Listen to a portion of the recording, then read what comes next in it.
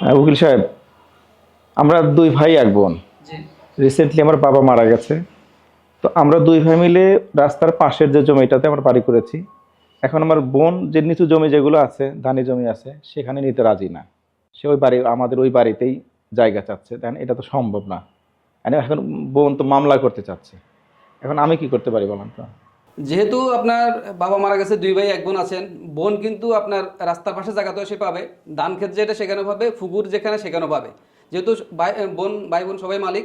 আর রোডের সাথে জায়গা যেহেতু সেটা বাইরে ঘর করে ফেলছেন, একটা কাজ করতে পারেন, সেটা হলো রাস্তার পাশের জায়গা এবং ধান ক্ষেতের জায়গা, পুকুরের জায়গা সবগুলো একটা ভ্যালুয়েশন নির্ধারণ করে এখন বোনে যতটুকু পায় ওই পরিমাণ টাকাটা যদি বোনকে টাকা দিয়ে ম্যানেজ করতে পারেন তাহলে আপনাদের ভালো।